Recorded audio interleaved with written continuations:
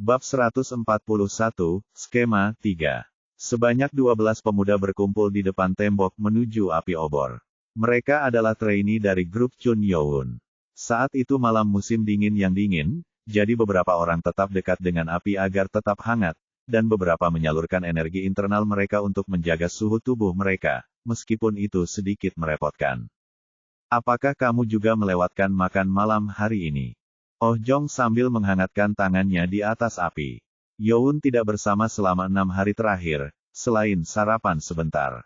Youn memberitahu mereka bahwa dia memiliki sesuatu yang perlu dia latih, jadi dia mungkin melewatkan makan malam.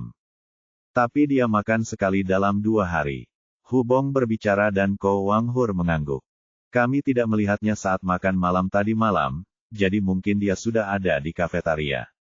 Berbeda dengan anggota kelompok lainnya, yang menunggu sampai semua orang berkumpul dan pergi ke kafetaria hampir setelah waktu makan malam berakhir, mereka biasanya melihat Youn setelah dia selesai makan dan sedang dalam perjalanan keluar. Kita bisa makan malam di sini jika mereka pergi lebih cepat. Ho Sangwa, Bak Gi, dan Jin Guok masih hilang dari grup. Mereka telah menunggu selama 20 menit, jadi Munku terlihat tidak nyaman saat dia mengusap wajahnya dengan tangannya. Ko Wang Hur memutar. Awalnya dia tidak menyukainya, tapi sekarang dia menyukai master seperti Hu Bong.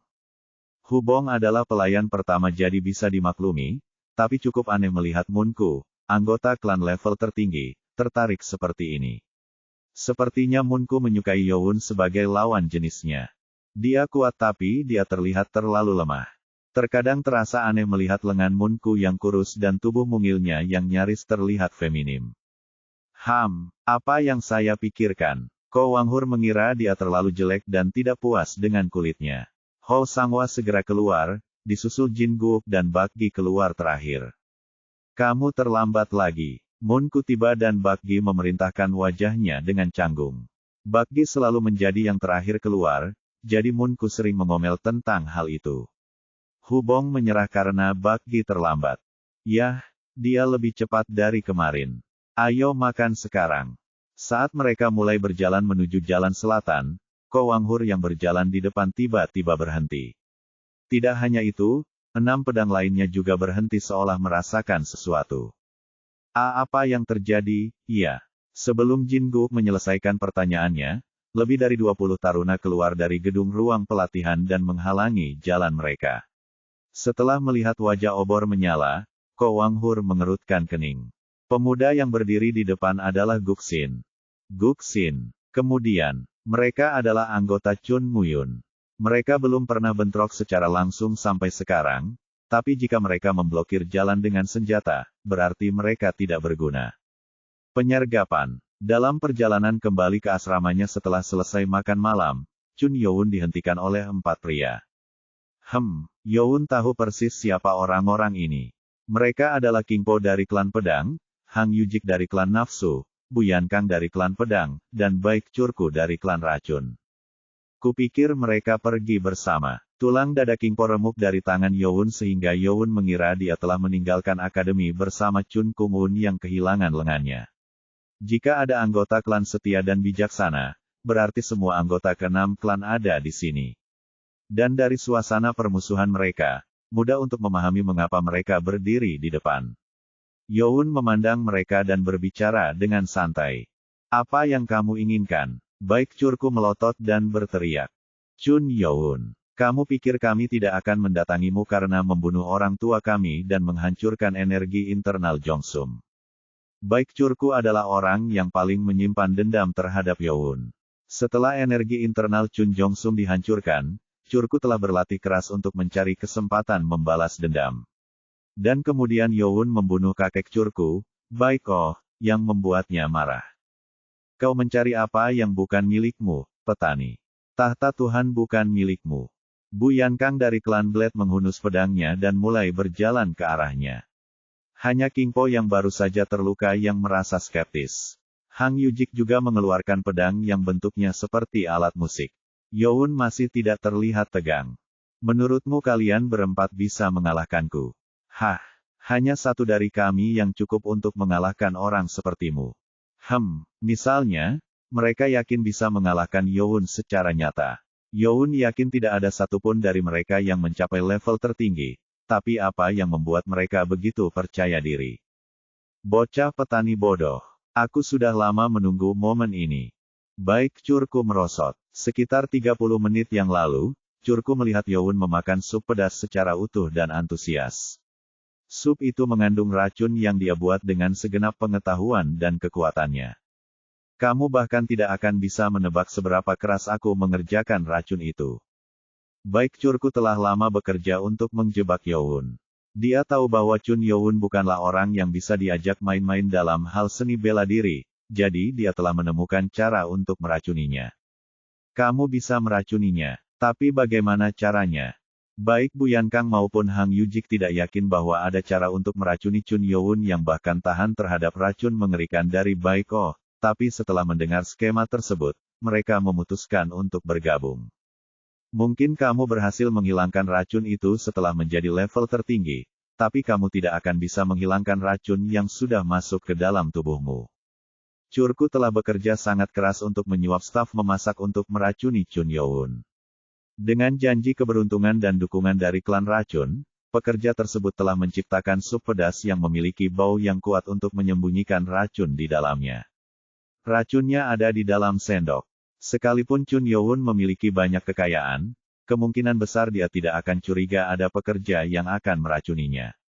Curku mengira hampir gagal saat Youn menepuknya dengan sumpit, tapi Youn menghitung setelah itu. Efek dari racun tersebut adalah setelah kurang lebih 10 menit, ia menyebarkan energi dalam sehingga tidak dapat ditarik kembali dan racun kedua akan masuk setelah melelehkan pembuluh darah dan organ tubuh Youn hingga ia mati. Aku berhasil. Bab 142, Skema 4. Curku memberitahu taruna lainnya bahwa rencananya berhasil. Dia tahu bahwa Youn akan kehilangan energi internalnya dan mati perlahan, jadi mereka menyergap tanpa ragu-ragu.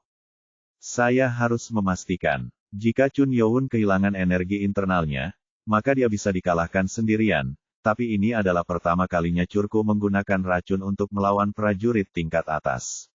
Ada kemungkinan racun akan terlambat masuk karena tingginya tingkat energi dalam, sehingga mereka berkumpul.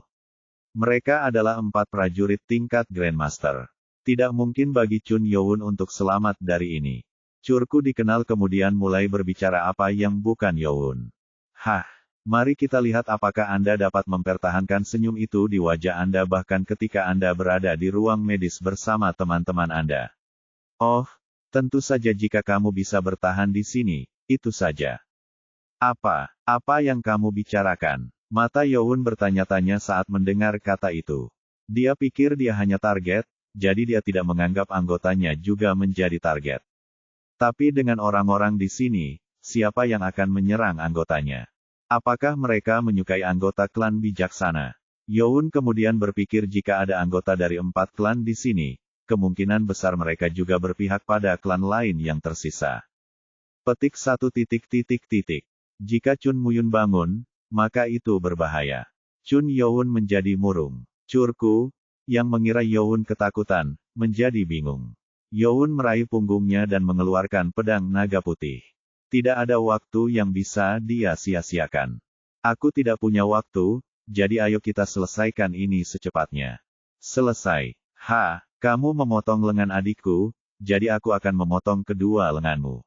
Hang Yujik dari Les Clan berteriak dengan marah dan menyerang Youn. Saat dia mengayunkan pedangnya, tali di antara pedangnya ditarik keluar, menciptakan gelombang energi yang unik. Itu cara untuk membuat telinga musuh berdenging, dan membuka ruang untuk menyerang. Pedang diayunkan ke lengan Youn untuk memotongnya.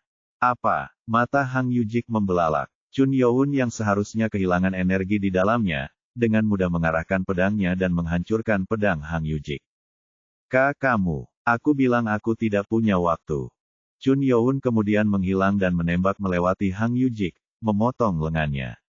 Yujik menyatakan bahwa dia akan memotong lengan Youn tapi dialah yang memotong lengan itu.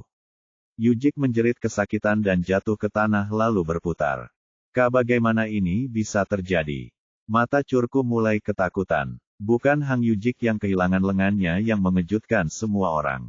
Pedang naga putih Youn yang menggunakan kekuatan ki biru jernih itulah yang mengejutkan mereka. Kupikir dia diracun. Bagaimana dia bisa menggunakan kekuatan ki? Bahkan jika Youn bertahan dengan tingkat kekuatan tertinggi, ia masih harus melepaskan energi internalnya yang membuatnya tidak mungkin menggunakan kekuatan ki. Kingpo dan Bu Yankang menyoroti Curku. Aku sedang makan sup. Hah, kamu sedang membicarakan ini? Youn melihat wajah kaget Curku dan mengulurkan tangannya ke udara, tepat di atas Hang Yujik di tanah dan memberi isyarat untuk memutar. Dan di tangannya, cairan hitam mulai merembes keluar dan jatuh ke tubuh Hang Yujik. Ark, paha Hang Yujik yang terkena cairan mulai terasa terbakar, dan asap mengepul darinya.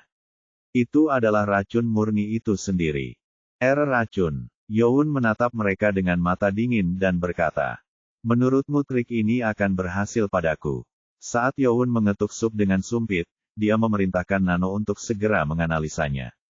Racun terdeteksi yang dapat mengganggu energi tubuh dan menyebarkannya. Kecurigaan itu bermula dari sikap aneh para juru masak. Youn baru saja memeriksanya untuk menjaga dan menjaga keselamatannya menjadi kenyataan. Artinya, itu sengaja diracuni. Dia berpikir jika dia tidak bisa menonton, tapi berubah pikiran. Jika aku tidak memakan ini, siapapun yang melakukan ini akan mengetahui bahwa aku mengetahuinya.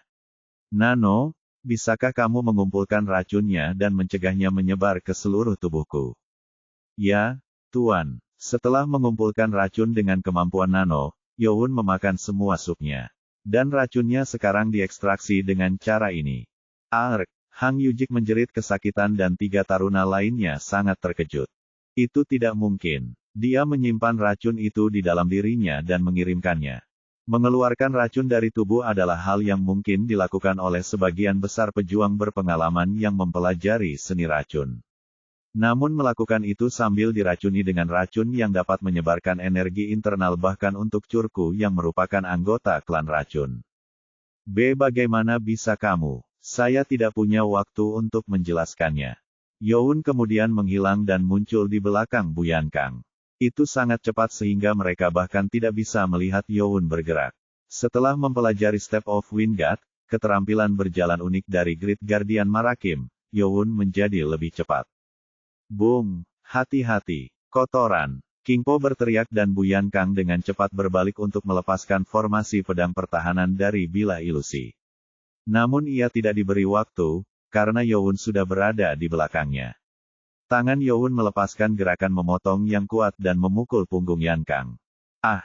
Yankang memuntahkan darah saat dia dipukul dengan total 8 serangan di punggungnya dan dipukul mundur. Perbedaan kekuatan energi internal begitu besar sehingga ia juga tidak dapat mempertahankan dirinya dengan penghalang energi. Bu Yankang yang terjatuh ke tanah kaget dan pingsan.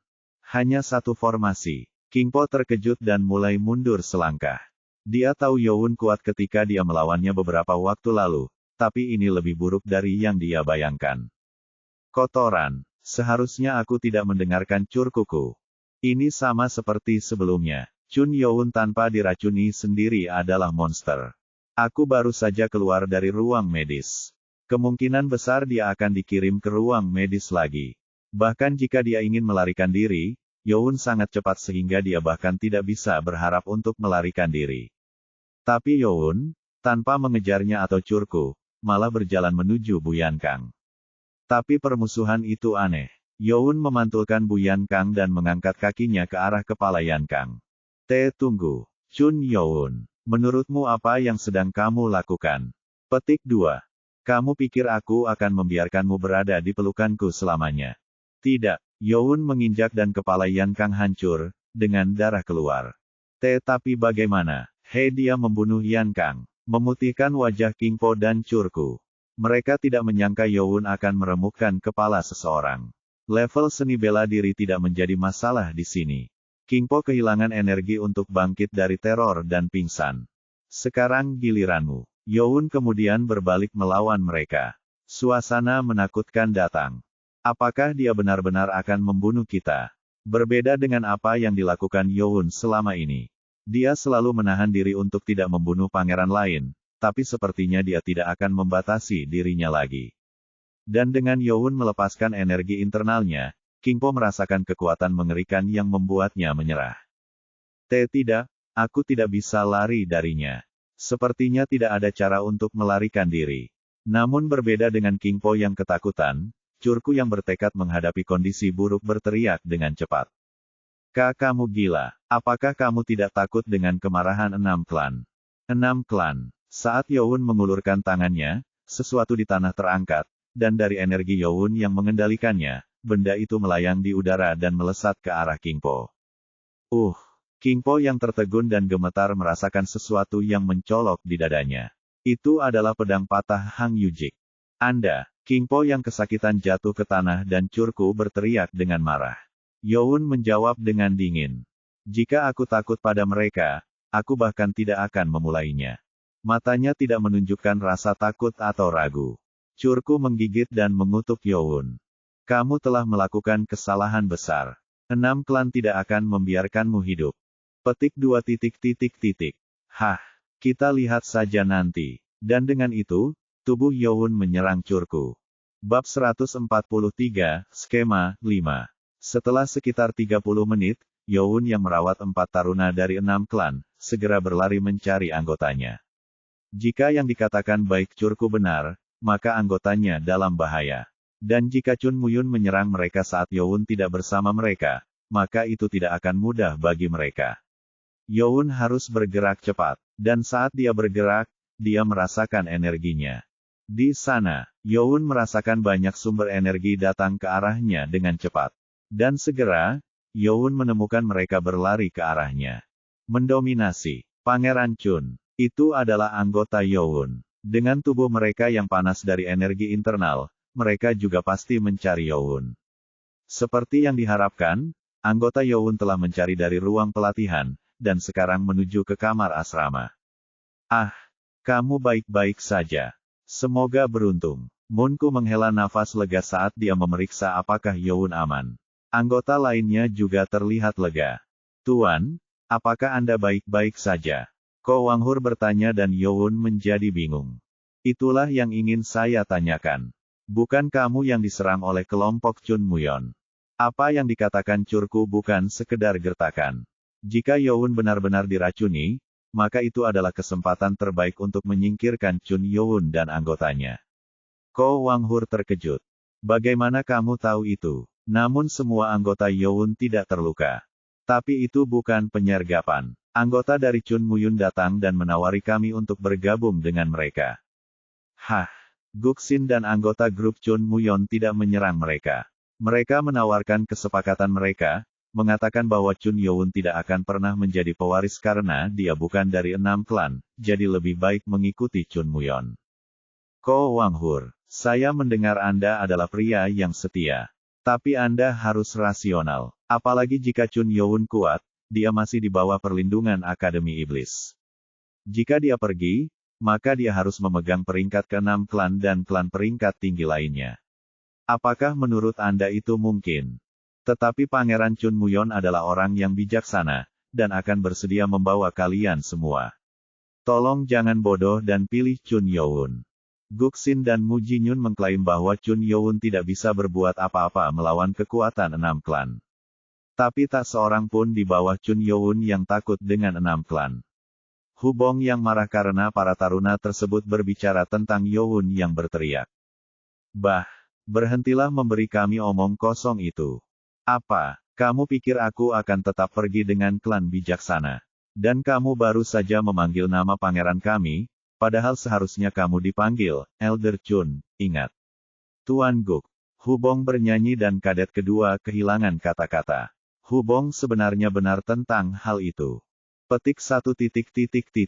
Beraninya kamu berbicara seperti itu, seorang lemah dari klan kelas menengah. Kalau begitu kamu ingin melawan orang lemah itu. Apa katamu, Guxin? Kita di sini bukan untuk bertarung. Guxin marah, tapi Mu Jinyun menghentikannya. Ko Wanghur juga berbicara kepada mereka dengan nada mencemooh. Jangan mengira tuan kita sendirian. Kami siap mati demi dia kapan saja. Jadi, Penatua, Chun Youn memiliki beberapa orang. Semakin menarik untuk merekrut Anda, Wanghur. Kami akan menunggu. Mu Jinyun, yang dengan jelas mengatakan dia tidak bermaksud melawan Youn, hanya menyuruh Wang Hur bercanda dan pergi. Dia baru saja pergi. Ya, mereka ingin kita bergabung dengan mereka, tapi hanya itu yang mereka lakukan. Youn disergap, tapi anggotanya tidak terluka. Mata Youn bertanya-tanya, sulit untuk dipahami dari pikiran sederhana, tapi anggota dari 4 klan menyergapku untuk membunuhku, tetapi salah satu dari klan bijaksana hanya menawarkan untuk merekrut. Setelah banyak akhir, Youn akhirnya sampai pada suatu kesimpulan. Petik 1. Itu sebuah skema. Mu Jinyun, setelah ditinggal sendirian, kini sedang berbicara dengan seseorang di ruang pelatihan. Itu adalah Chun Muyon, pangeran dari klan bijaksana. Pakaian Muyon bermandikan keringat dari hari latihan. Jinyun berbicara padanya sambil memutar. Aku melakukan apa yang kamu suruh, sayang. Jadi apapun yang terjadi pada Chun Youn, kami tidak akan kalah. Hahaha. Kita harus berhati-hati. Dia memegang racun manusia racun. Anehnya, Muyon yang dikatakan mempercayakan setiap pekerjaan kepada Mu Jinyun, mengetahui apa yang sedang terjadi. Inilah sebabnya para anggota Muyun bingung. Chun Muyun bukanlah tipe orang yang menyerahkan seluruh otoritasnya, meskipun orang itu adalah saudaranya. Apalagi jika menyangkut persaingan. Nah, jika dia mati, kamu akan menjadi pemenang kompetisi. Dan jika dia tidak mati, maka dia akan dimarahi oleh 4 klan. Bukan begitu. Jika Youn aman, kemungkinan besar dia tidak akan membiarkan penyerangnya pergi begitu saja. Ia menyerang 4 anggota setiap klan sekaligus, sehingga kemungkinan besar akan menimbulkan dampak yang lebih besar. Hahaha, ini skema terbaik. Apapun yang terjadi, itu merupakan nilai tambah. Dan meskipun Youn ingin bertahan hidup, mereka ingin mengatakan sesuatu. Mereka bisa mengatakan bahwa klan racun menawari mereka, tetapi mereka menolak untuk ikut trik kotor. Chun Muyun dengan dingin menganalisis kekuatannya. Dia tahu bahwa kekuatan gabungan kelompoknya masih belum bisa menandingi Youn dan anggotanya. Jika itu terjadi, maka perlu meminjam kekuatan dari orang lain. Ini benar-benar sebuah strategi. Saya belajar hal-hal baru dari Anda setiap saat, kawan. Semua ini adalah kompetisi. Untuk klan bijaksana, Curku dan 3 taruna lainnya melakukan tugasnya untuk cukup menahan Youn. Dan mendengar semuanya, Muyun memposisikan tangannya dan berbicara. Kamu harus pergi sekarang. Saya akan kembali ke pelatihan saya. Iya kakak. Lalu, saat itulah seseorang mengetuk pintu tebal ruang pelatihan. Itu tidak hanya sekali. Pintunya harus memiliki tanda di bagian luar yang menyatakan sedang digunakan, sehingga tidak ada ketukan. Muyun mengangguk dan Jinyun pergi ke pintu dan membukanya. Saat dibuka, dengan banyak obor, instruktur senior Hou Jinchang muncul. Guru, tapi dia tidak sendirian. Ada banyak instruktur lain yang berdiri di luar dengan pedang terhunus, siap, sepertinya mereka siap bertarung jika diperlukan. Apa yang terjadi? Jinyun menyadari ada yang tidak beres dan bertanya, lalu kembali ke Muyun. Senang rasanya kalian berdua bersama. Instruktur, saya tidak mengikuti apa yang Anda katakan. Kami mendapat perintah untuk menangkap kalian berdua dan membawa kalian ke kantor kepala. Saya ingin melakukan ini dengan cara yang mudah, jadi tolong jangan menolak. Hou Jinchang berbicara sambil mengeluarkan pedangnya. Bab 144, Skema 6. Di belakang Hou Jinchang, ada lebih dari 40 instruktur yang bersenjata dan siap. Mereka semua tampak tegang. Chun Muyon dan Mu Jinyun membangun prajurit tingkat Grandmaster. Satu-satunya yang bisa melawan mereka 1 lawan 1 adalah Hou Jinchang. Alasan mengapa mereka semua dibawa ke sini adalah kemungkinan Muyon atau Jinyun menolak ditangkap. Apa yang sedang terjadi? Bahkan Chun Muyon tidak mengerti apa yang sedang terjadi. Ini adalah pertama kalinya dia mengalami kejadian seperti itu dalam waktu 3 tahun 6 bulan di akademi. Jika mereka bersenjata, maka mereka mengharapkan kita untuk melawan. Dari tampilan instruktur di luar, sepertinya situasi akan semakin buruk jika dia melawan. Ya Pak, Muyon lalu menarik kembali pedang yang dipegangnya, untuk latihannya. Dengan Muyon mengambil perintah, Mu Jinyun juga harus mengikuti kakaknya. Pilihan yang bagus. Dua dari mereka kemudian dibawa keluar dari ruang pelatihan dengan lebih dari 40 infrastruktur di sekitar mereka. Di luar gedung, beberapa anggota kelompok Chun Muyon melihat dua orang yang dibawa pergi dengan tercengang. Di dalam mereka juga ada Guxin. Dari tampang wajah serius mereka, pasti mereka tahu sesuatu. Apa yang sedang terjadi? Jinyun dengan cepat mengirim pesan telepati. Guxin lalu menjawab dengan sesuatu yang Jinyun bahkan tidak bayangkan. Aku tidak yakin, bertahanlah. Tetapi instruktur mengatakan bahwa mereka telah menemukan mayat di dalam akademi. Apa? Jinyun menjadi suram. Apa yang sedang terjadi? Membunuh seseorang di dalam akademi itu melanggar aturan, jadi itu seharusnya tidak terjadi. Dan bahkan jika mayat ditemukan, mengapa mereka dibawa pergi? Jinyun ingin bertanya lebih banyak tapi dia tidak bisa melakukannya lagi karena mereka dibawa pergi. Ketika mereka sampai di depan gedung, ada dua instruktur berdiri di pintu masuk. Instruktur Ho, saya punya tersangka. Ketua. Dia ada di lokasi kejahatan. Dia menyuruh membawa tersangka ke sana. Mengira, wajah Jinyun berubah muram. Dia tidak yakin mengapa dia dibawa, tapi sekarang yakin bahwa Muyon dan Jinyun dianggap sebagai pembunuh. Bawa kami ke sana. Ya Pak. Dengan dua instruktur yang memimpin, semuanya kemudian beralih ke area asrama akademi. Tempat tuju mereka adalah gang gelap di belakang asrama. Sudah ada sekitar 20 instruktur di sana, dan area itu terang benderang dari obor yang dipegang para instruktur ini. Hampir semua infrastruktur sekarang ada di sini. Apakah ini bau darah? Udaranya dingin, tapi bau darah memenuhi area itu. Di tengah 20 instruktur berdiri, Li Hameng sedang melihat sesuatu.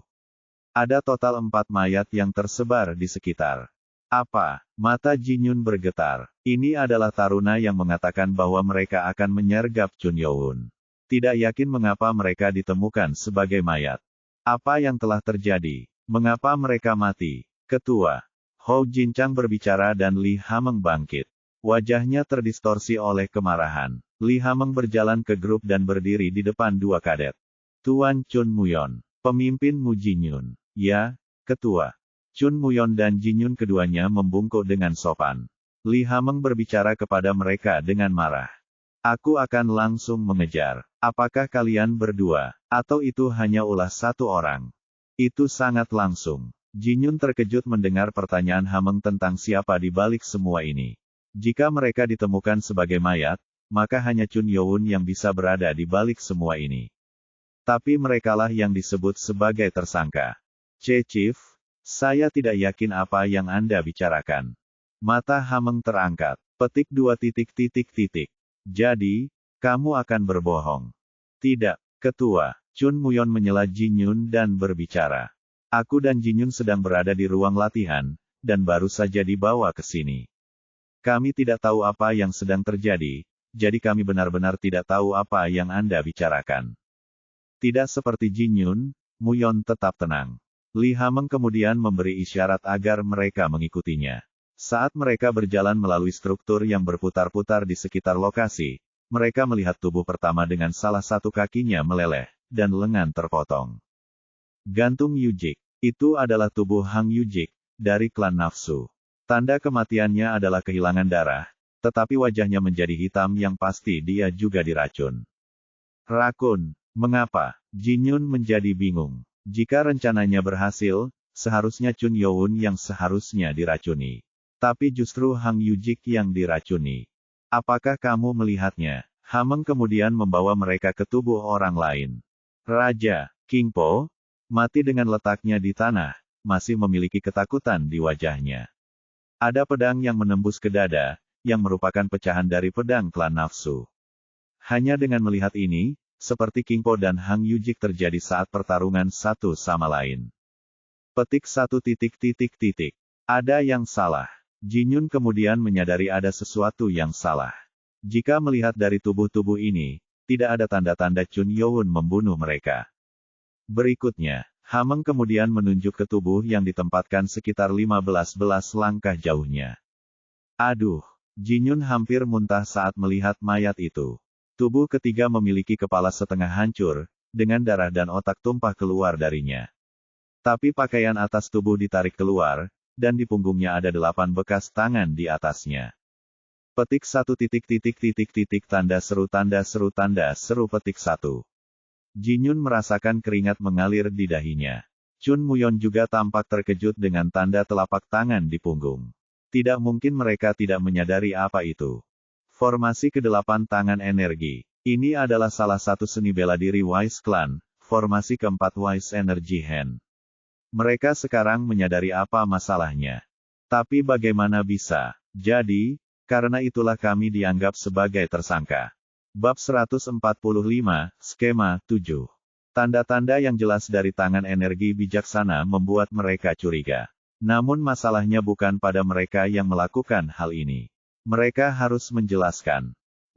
Berhenti. Saudara laki-laki. Jinyun bilang bukan mereka yang melakukannya, tapi Muyon menghentikannya. Ini adalah jebakan. Jebakan. Kurung siku buka titik. Ada buku keterampilan untuk tangan energi bijaksana di lantai 5 perpustakaan. Muyon dengan cepat mendapatkan kembali ketenangannya. Dialah yang mendalangi skema ini sejak awal, jadi jelas siapa dalang pembunuhan para taruna tersebut.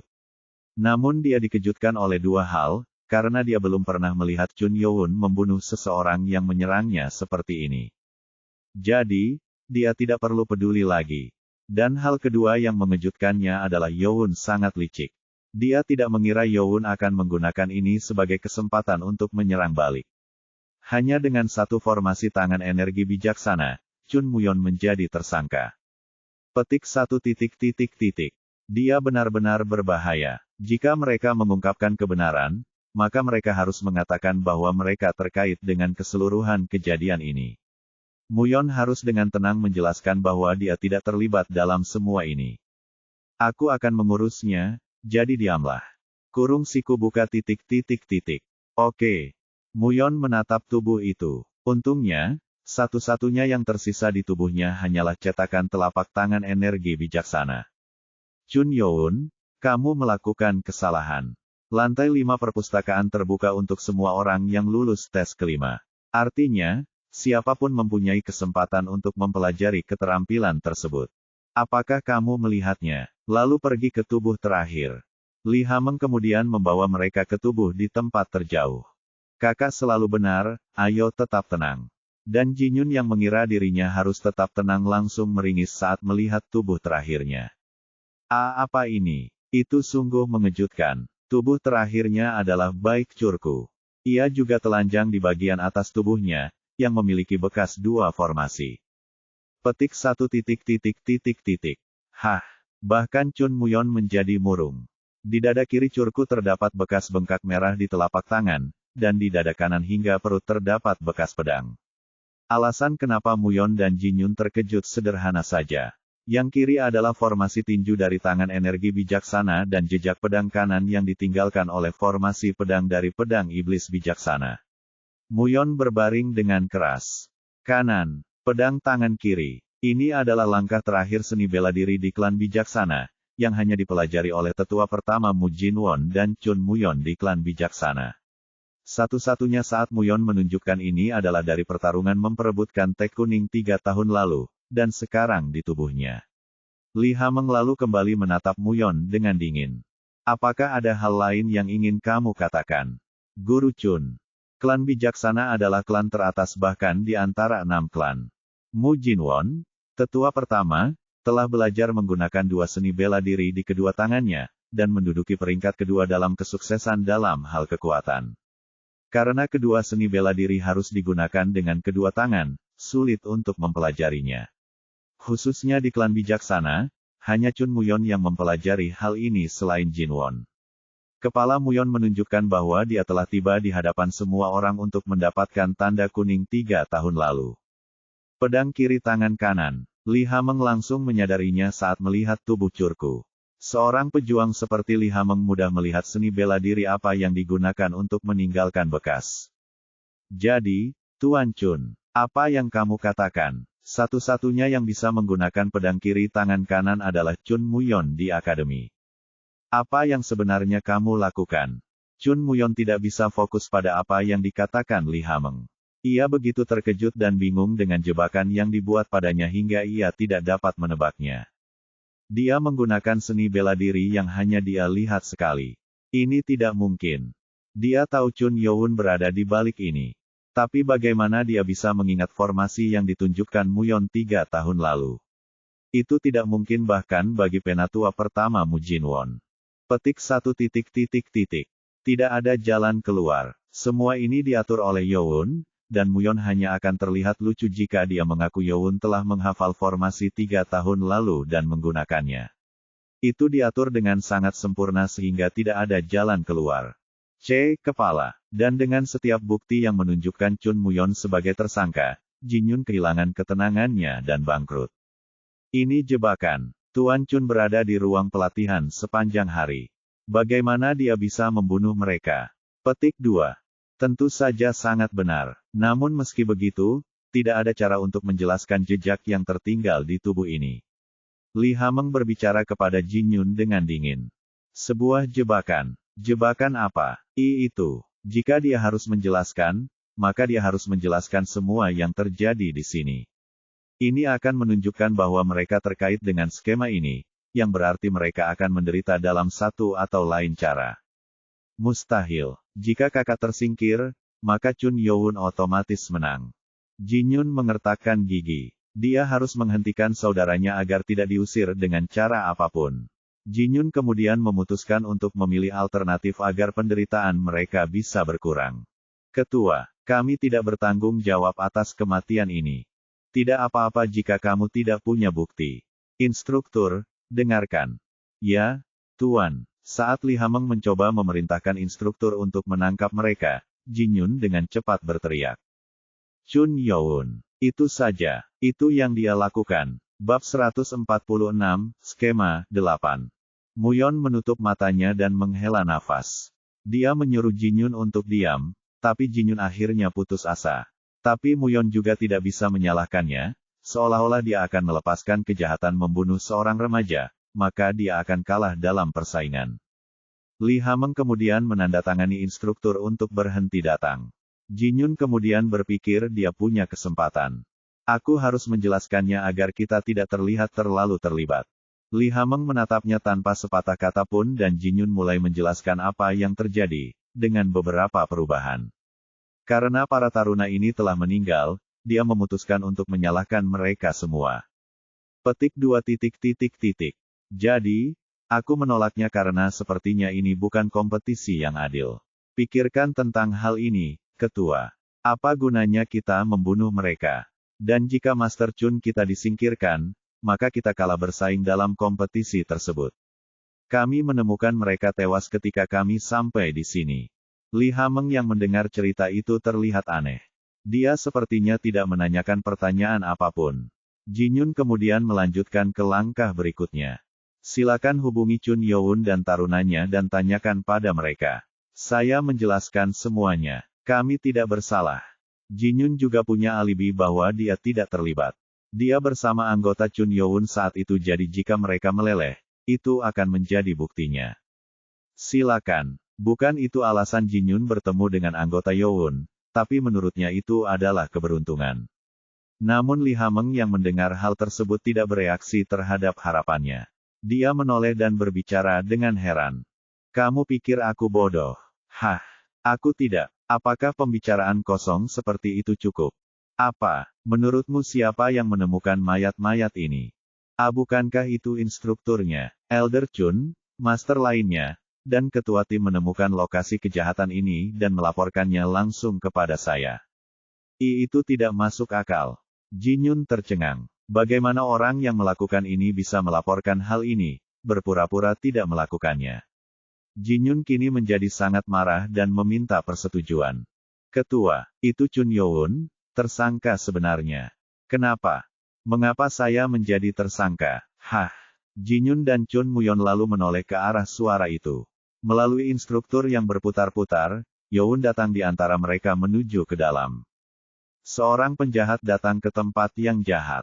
Apakah dia gila atau permisif? Jin Yun terkejut melihat Chun Youn.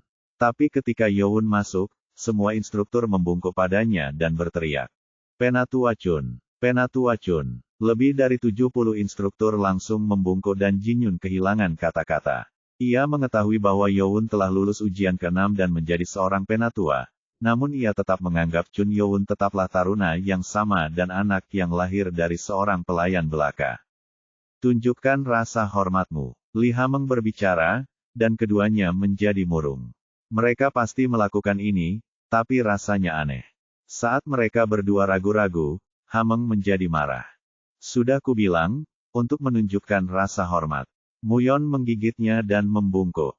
Penatua Chun, Tetua Chun. Mereka tidak menyangka akan tiba saatnya mereka harus tunduk pada Chun Youn, yang mereka kira hanyalah seorang petani. Kotoran. Tapi begitulah cara kerja aliran sesat. Mu Jinyun mengangkat kepalanya ke belakang dan Youn menatapnya dengan dingin.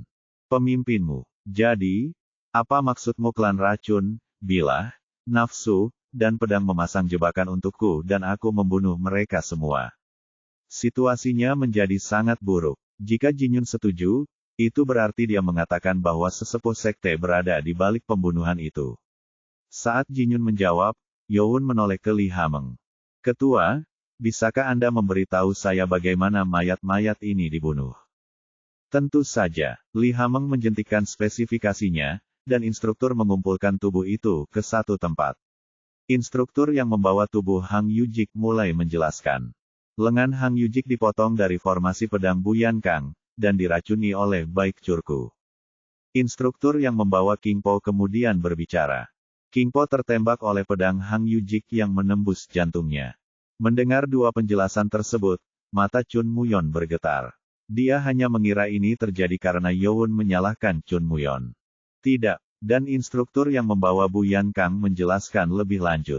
Nona Yan Kang, organ dalamnya rusak karena kemungkinan tangan energi bijaksana dan kepalanya hancur, menyebabkan kematian.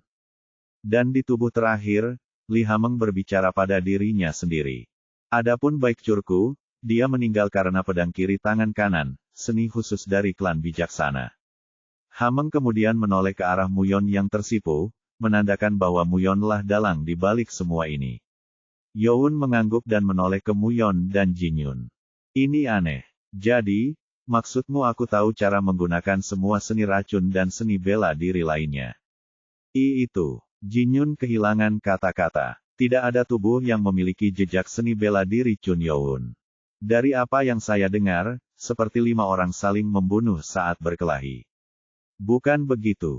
Chun Youn. Mata Chun Muyon melebar dan terkulai. Setelah mendengar pertanda kematian, Muyon telah menebak sesuatu dan sekarang memastikan tebakannya benar. Dia berusaha membuat kelima klan saling bertarung. Dia hanya mengira Youn melakukan itu untuk mendorong Muyon keluar dari kompetisi. Tapi itu bukan preferensi. Target sebenarnya Youn bukan hanya Chun Muyon. Jika mayat tersebut dikirim ke klan masing-masing, maka setiap klan akan memikirkan pembunuhnya jika dilihat dari pencarian. Dan bagi klan pedang dan racun, mereka akan marah pada klan bijaksana yang tampaknya berada di balik pembunuhan anggotanya. Petik 1. Tidak, skema yang direncanakan Muyon dilawan dan dipukul mundur dengan keras. Dengan kejadian itu, Chun Youn berhasil menyingkirkan rival terakhirnya di kompetisi tersebut dan membuat kelima klan saling bertarung. Muyon belum pernah melihat seseorang dengan strategi buruk selain ibunya, Nyonya Mu. Ini melampaui tingkat skema sederhana. Petik 1. Tanda seru. Chun Youn. Dengan semuanya terungkap, Mu Jinyun tahu apa yang sedang terjadi tapi dia juga tidak bisa berkata apa-apa. Mereka tahu yang sebenarnya tapi tangan mereka terikat. Mereka tidak dapat memahami pencarian atau seni bela diri yang digunakan untuk membunuh para taruna ini. Itu adalah kemenangan sempurna Chun Youn. Li Hameng kemudian memerintahkan instrukturnya. Tangkap keduanya dan masukkan mereka ke dalam gua penjara. Ya, Tuan. Bab 147, memenuhi syarat menjadi ahli waris 1. Dalam 500 tahun sejarah Akademi Iblis, ini adalah pertama kalinya anggota dari 6 klan mati dalam satu malam. Jenazah dikirim ke klan masing-masing keesokan harinya. Keadaan pasti akan bertambah buruk, sehingga disampaikan pula surat yang menyatakan bahwa tersangka Chun Muyon dan Mu Jinyun akan ditangkap di gua penjara sampai semua tetua dan Tuhan kembali beribadah. Dan di kantor kepala di lantai pertama, Hou Jinchang dan Li Hameng sedang berbicara. Itu luar biasa. Hou Jinchang berbicara dan Li Hameng mengangguk setuju. Keduanya sudah mengetahui kalau pelaku sebenarnya berada di balik pembunuhan keempat taruna Chun Muyon dan Jinyun tersebut. Akan sulit mengenali siapa yang berada di belakang hanya dengan melihat tubuhnya. Apalagi Li Hameng teringat pada Chun Muyon saat melihat jejak yang tertinggal di tubuh Baik Curku. Aku sendiri penasaran. Mengulangi formasi yang sama hanya dengan menontonnya sekali bukanlah sesuatu yang bisa dilakukan siapapun, bahkan prajurit tingkat atas sekalipun. Dan pedang kiri tangan kanan adalah salah satu keterampilan khusus terbaik di klan bijaksana. Ada kemungkinan klan akan membalas dendam atas kejadian ini. Bahkan Tuhan nyaris tidak meningkatkan kekuatan mereka. Seperti yang dikatakan Hou Jinchang, itu pasti skema yang luar biasa. Hanya ini cara yang bisa dilakukan di akademi, karena tidak ada cara lain bagi para anggota tersebut untuk berkumpul di satu tempat. Buahnya sudah matang. Buah yang ditunggu-tunggu Li Hameng sejak lama kini telah benar-benar matang. Youn tidak bisa berpikir jernih dari kemarahannya sebelumnya, tapi sekarang dia telah mendapatkan hati yang dingin yang sangat sesuai dengan nilai-nilainya. Kita sekarang akan memiliki Tuhan sejati yang telah lama ditunggu-tunggu oleh pedang iblis. Tidak yakin bagaimana keadaan akan terjadi mulai sekarang, tapi kemungkinan klan ke-6 tidak akan terlalu peduli tentang Chun Youn mulai saat ini. Dan jika kelima klan tersebut saling bertarung, berarti rencana Youn berhasil. Saya pikir mayat dan surat berdatangan di setiap klan sekarang. Sudah berjam-jam mereka dikirim ke klan masing-masing. Hou Jinchang kemudian melihat ke sisi barat jendela dan berbicara. Klan racun mungkin akan segera membuat masalah. Adapun klan racun, mereka telah kehilangan pangeran, pemimpin klan, dan bahkan pemimpin klan masa depan. Tidak yakin apa yang akan mereka coba lakukan sekarang. Di mansion yang terletak di sebelah barat kultus iblis, ada banyak pemimpin klan racun yang semuanya mengenakan jubah berkabung putih. Para anggota yang sedang dalam proses menguburkan pemimpin mereka Baik Oh yang meninggal 8 hari lalu, memandangi peti mati yang baru saja tiba dengan mata memerah. Di dalam peti mati, ada tubuh Baik Curku, pucat dan tidak berdarah. Kemarahan mereka melihat kematian orang lain di keluarganya bahkan sebelum pemakaman sebelumnya selesai membuat mereka geram. Gereja, mustahil. Lady Jo menjerit dan meratap di depan peti mati putranya sendiri. Tidak ada yang datang untuk menghiburnya, karena mereka semua hanya memandangi peti mati itu dengan takjub.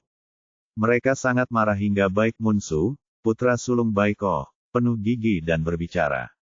Saya tidak tahan lagi. Tadinya aku akan menunggu sampai kita menyelesaikan pemakaman ayahku, tapi menunggu ini sudah melewati batas. Sekarang bahkan anak-anaknya telah meninggal. Tak ada yang bisa meredakan amarah Baik Munsu yang kehilangan putranya. Hanya larutan darah yang dapat meringankannya. Klan bijaksana. Semua pemimpin klan racun tahu bahwa klan bijaksanalah yang menyebabkan kematian Baik Oh. Baik Oh, yang memutuskan untuk menolak ujian ke-6 berubah pikiran hanya dalam 1 hari setelah Nyonya Mu dari klan bijaksana mengunjungi mereka. Kamu benar. Kami tidak akan bermain dengan mereka lagi. Baik Chow juga berteriak dengan marah. Kemarahan mereka kini hanya terfokus pada klan bijaksana. Munsu memandang masing-masing pemimpin dan berteriak. Kita harus memenggal kepala wanita itu. Hanya dengan begitu kita akan membuat ayah kita dan Curku beristirahat dengan tenang. Wanita itu berarti Nyonya Mu. Mereka semua ingat apa yang terjadi 8 hari lalu. Di hari pertama pemakaman Baik Oh, Nyonya Mu mengunjungi mereka. Dan kepada para pemimpin yang mengetahui bahwa Nyonya Mu lah yang mengubah pikiran Baik Oh, Nyonya Mu mengejek mereka, menuduh mereka tidak melakukan apapun untuk membalaskan dendam Baik Oh pada Chun Youn. Tentu saja, mereka juga tidak bisa memaafkan Chun Youn dan di tengah pemakaman mereka tidak mengganggunya, tapi sekarang sudah di luar batas. Kau sudah keterlaluan, klan bijaksana. Tanda kematian Baik Curku adalah dari kerusakan internal dan luka pedang yang ditinggalkan oleh pedang kiri tangan kanan klan bijaksana. Dan mengingat surat yang dikirimkan oleh Li Hameng, tidak diragukan lagi tersangkanya adalah Chun Muyon, pangeran dari klan bijaksana. Kita harus menyerang mereka sekarang. Saya setuju. Kita harus menghabisi mereka ketika setengah dari kekuatan mereka hilang. Semua pemimpin setuju. Dengan keluarnya pemimpin pertama hingga ke-8 dari kastil sekte sekarang, 5 klan selain klan kehilangan sebagian kekuatan mereka. Saudaraku, mereka akan mengira kita akan sibuk dengan pemakaman Curku. Kita tidak bisa kehilangan kesempatan ini.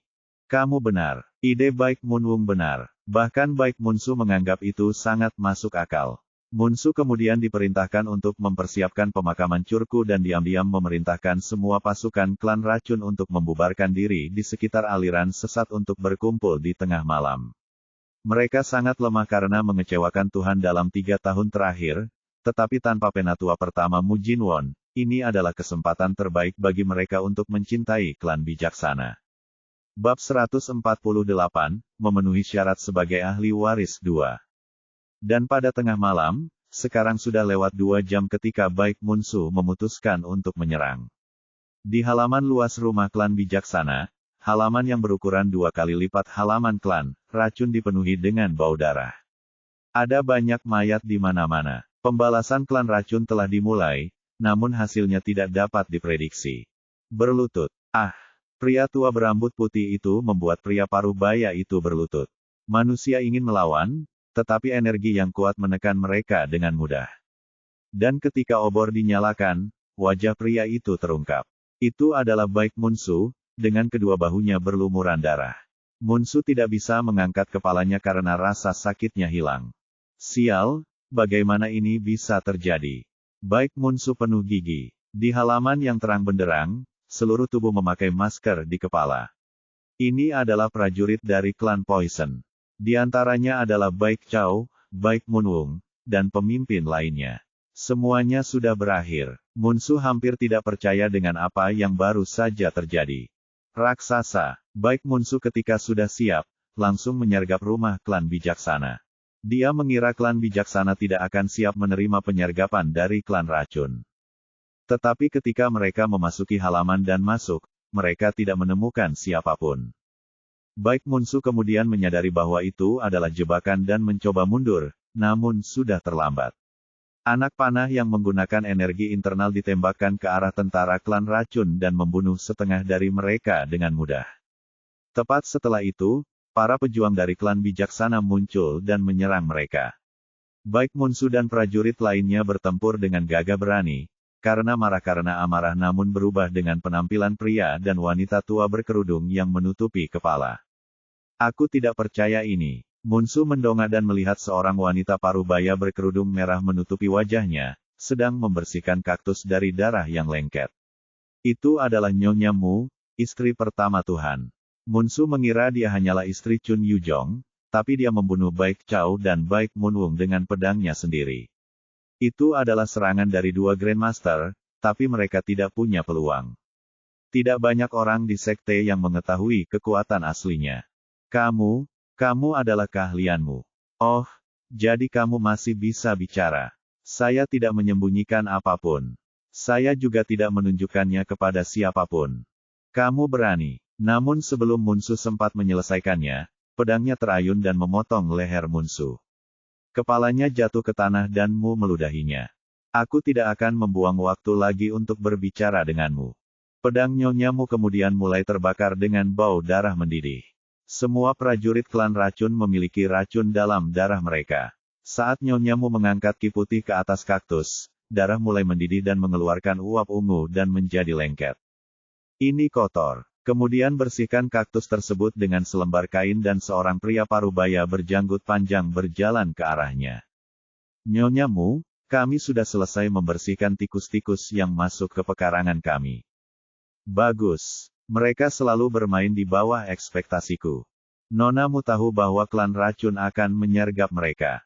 Setelah menerima surat bahwa Chun Muyon dikirim ke penjara karena berpikir untuk membunuh orang lain, dia curiga hal tersebut akan terjadi. Kupikir aku bisa lebih menikmatinya, sayang sekali. Tapi Nona, apakah pedang klan-klan akan tetap diam? Bu Yankang juga diklaim dibunuh oleh Chun Muyon. Nyonya Mu menggelengkan kepalanya. Tanpa perintah dari orang yang lebih tua, mereka tidak akan pernah datang. Berbeda dengan klan racun yang telah kehilangan tetuanya, klan pedang masih memiliki tetua yang masih hidup sehingga mereka tidak akan bergerak tanpa perintah pemimpinnya. Itu berbeda dengan klan racun yang telah kehilangan begitu banyak. Baik, Tuan. Kalau begitu besok kami akan mengirim seseorang ke akademi dan menjemput Pangeran dan Jinyun. Dengan menjadi tersangka pembunuhan taruna lain, Chun Muyon dan Jinyun akan tetap dibebaskan. Tidak. Biarkan saja. Muyon perlu belajar. Tapi kita tidak bisa. Saya tahu anak saya. Ia menjadi sombong dan terjerumus ke dalam tipu daya musuh. Dia perlu belajar dari ini. Saya ingin mengajarinya bahwa duduk di kursi Tuhan tidaklah mudah, jadi ini adalah kesempatan bagus. Pria parubaya itu tidak berbicara lebih jauh karena dia tahu betul bahwa Nyonya Mu tidak akan mengubah keputusannya.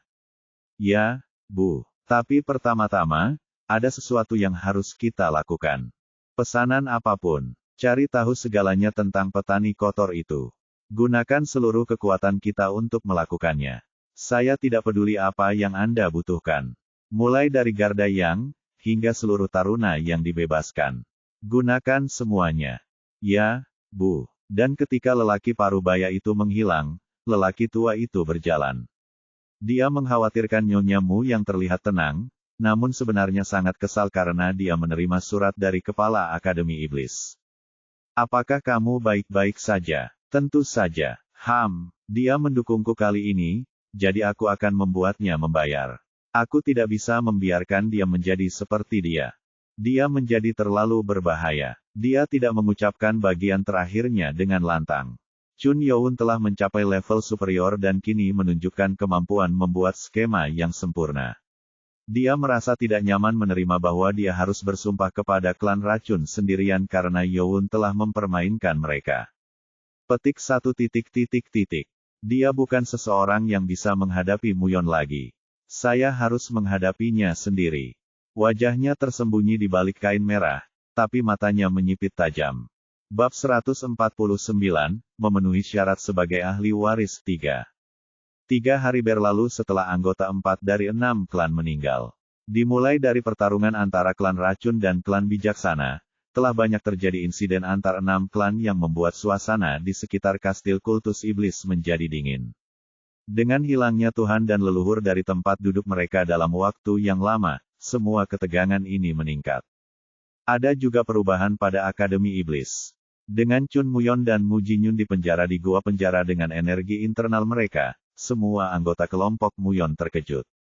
Ketika mereka mendengar bahwa Muyon dipenjara karena dituduh membunuh anggota klan lain, mereka tahu bahwa tidak ada cara untuk memenangkan persaingan. Mereka yang bergabung dengan grup untuk mendukung Chun Muyon menjadi dewa meninggalkan grup. Guksin, tangan kiri Chun Muyon mencoba menghentikan mereka pergi, tapi dia tidak punya pilihan. Bagaimana kamu bisa menghidupkan kembali pangeran kami? Mengkhianati. Jika Pangeran Chun Muyon tidak menjadi pewaris, bagaimana dia bisa mendukung klan kita setelah itu?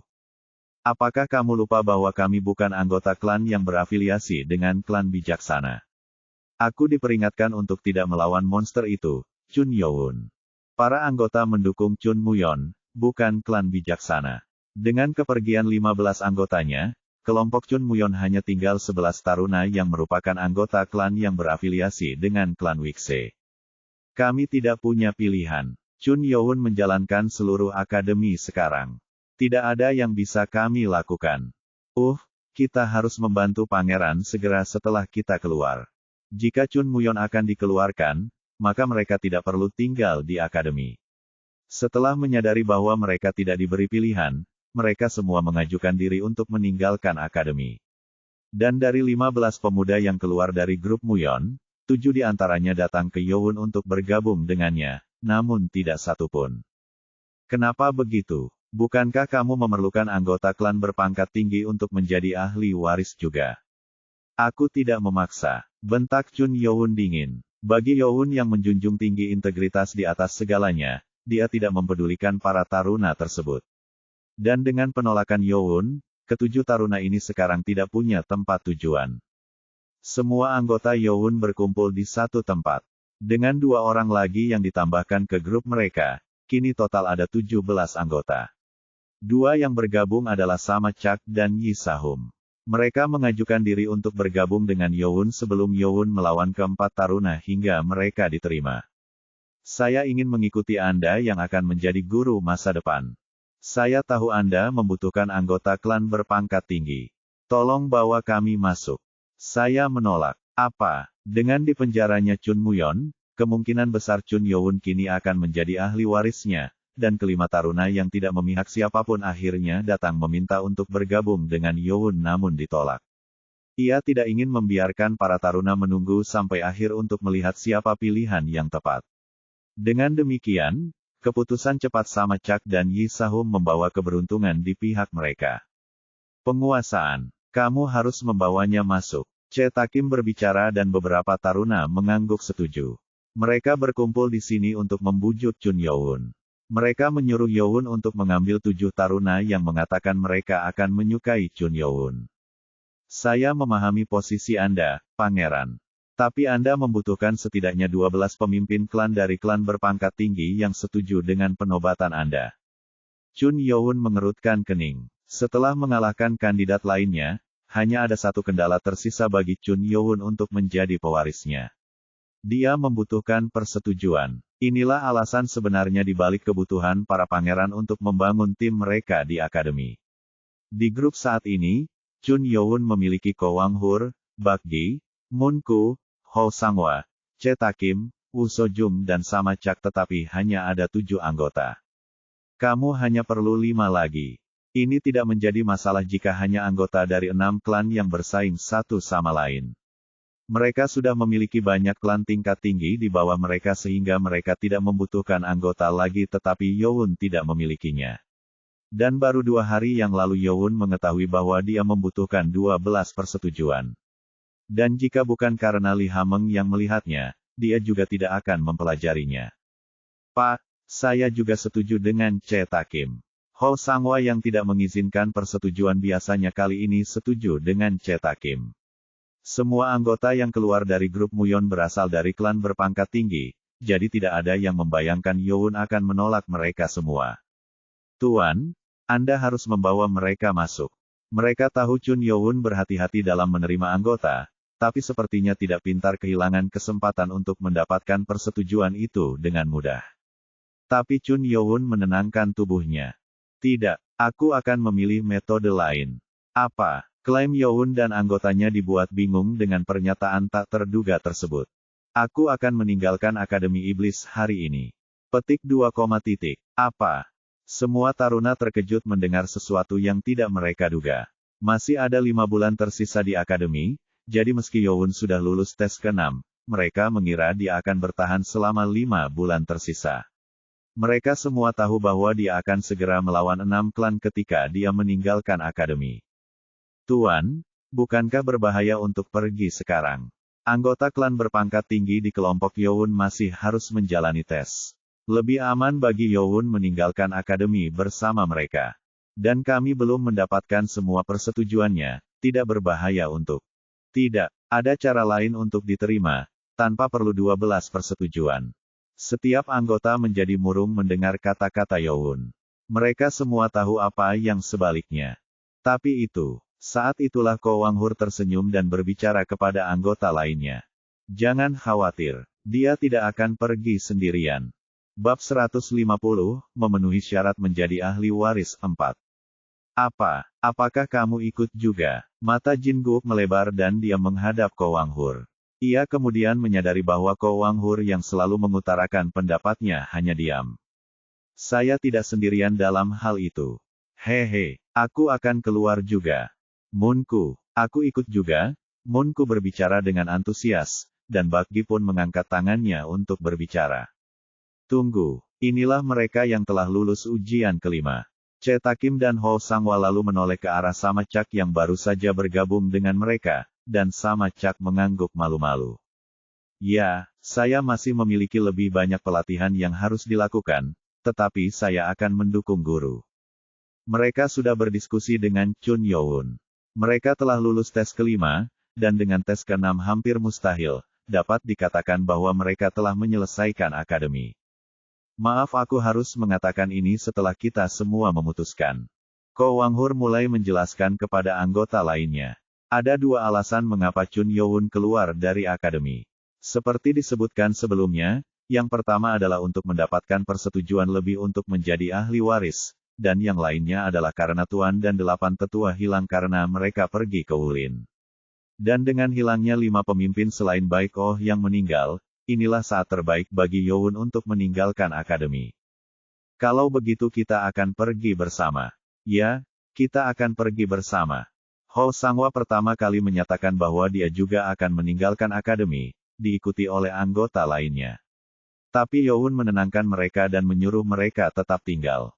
Tidak, kamu harus tetap di sini. Tetapi, saya tahu Anda semua ingin mendukung saya kemanapun saya pergi, tetapi jika Anda benar-benar ingin membantu saya, Anda harus menyelesaikan pelatihan Anda sebelum meninggalkan akademi. Ah, Chun Youn mengira mereka masih memiliki potensi untuk menjadi lebih kuat. Itu tidak terjadi pada semua orang, tapi Oh Jong, Jin Guk, atau Macil masih belum sepenuhnya menguasai seni bela diri tingkat atas yang diberikan kepada mereka sebelumnya. Jadi, kami tidak cukup kuat untuk membantu guru. Dia menyuruh kita untuk mendapatkan lebih banyak kekuatan. Petik 1. Kita harus kuat. Mereka sudah lama menghabiskan waktu bersama Chun Youn, jadi mereka semua mengerti maksud Youn. Mereka semua kemudian memutuskan bahwa mereka harus menjadi lebih kuat demi Chun Youn dan masa depan yang terbentang di hadapan mereka. Hu Bong akan sedih. Jin Guk menoleh ke Hu Bong. Dia menurunkannya dan mengejutkannya. Hu Bong, yang mengaku sebagai pelayan terbaik Youn, tidak diizinkan pergi dengan akuarium sampai Jin Guk mencoba menghiburnya karena telah mengecewakannya. Hah! Saat itulah Hu Bong melompat dari kursinya dan menoleh ke arah taruna yang akan tertinggal di akademi dengan mata berkaca-kaca dan berteriak. Saya akan mendukung guru, jadi jangan khawatir dan segera keluar. Ko Wanghur kemudian menutup matanya dengan tangan dan menutupi kepalanya. Dia menyuruh Hu Bong diam sampai mereka meninggalkan akademi, dan Hu Bong harus mengungkapkannya. Dalam kasus Hu Bong, dia senang ikut serta karena Chun Youn mengungkapkan rencananya, jadi Hu Bong hanya terpilih sebagai penyanyi. Namun jika Hu Bong menumpahkannya di sini, kemungkinan besar anggota lainnya juga akan merasa tersisih. Apa? Penguasaan? Bagaimana kamu bisa melakukan ini pada kami? Kamu menyuruh kami mundur, tapi kenapa kamu mengambil Hu Bong? Bukankah kamu mengatakan kita harus menjadi lebih kuat? Tak perlu dikatakan lagi, semua taruna menentang Hu Bong. Hu Bong, yang kini menyadari kesalahannya, menjadi tercengang. Petik 2. Hu Bong, urus ini. Tuan. Diperbarui oleh Chun Youn menanggalkan pakaiannya dan meninggalkan tempat kejadian. Hu Bong harus menghabiskan waktu berjam-jam untuk mencoba membujuk orang lain. Larut malam setelah waktu makan malam, ada sebuah rumah besar di sisi barat daya kastil kultus iblis. Itu sedikit lebih kecil dari rumah klan racun, dan memiliki suasana yang lebih gelap dan suram di sekitarnya, tidak seperti rumah klan lain yang mewah dan megah. Pada panel besar di luar gerbang, klan hantu ilusi tertulis. Ada 2 orang penjaga yang berdiri di luar gerbang yang mengenakan topeng kulit berwarna putih yang hanya memperlihatkan mata dan lubang hidung. Jika seseorang tidak mengetahui bahwa itu adalah topeng, maka itu akan membuat mereka terlihat seperti hantu. Berkat itu, tidak ada satupun sekuel yang tinggal di sekitar area tersebut yang pernah mendekati rumah besar ini. Dan para penjaga melihat orang-orang datang ke arah mereka, dan ini tidak biasa. Mereka adalah 6 pria dan wanita muda di akhir masa remajanya, salah satunya adalah yang paling mencolok. Seorang pria muda dengan janggut berotot dan sekitar 2 kepala lebih tinggi dari orang dewasa manapun. Dia yang paling terlihat dari perpisahan, tapi ketika mereka sampai di gerbang, pemuda di depan menjadi yang paling mencolok. Dia memiliki rambut panjang yang mencapai punggung dan wajah pucat. Dia sepertinya tidak memiliki energi internal, tetapi dia memiliki pedang dan pisau di punggung dan pinggangnya, membuktikan bahwa dia adalah seorang seniman bela diri. Siapa pria ini? Sebagai seorang penjaga, mereka mengenal sebagian besar kultus yang tinggal di sekitar area tersebut, jadi orang-orang inilah yang pertama kali mereka lihat. Para penjaga meletakkan tangan mereka di atas pedang dan bertanya, "Apa yang membawamu ke sini?" Pemuda berambut panjang itu lalu mengeluarkan medali biru dari sakunya. Medali tersebut diukir dengan angka 12 di atasnya.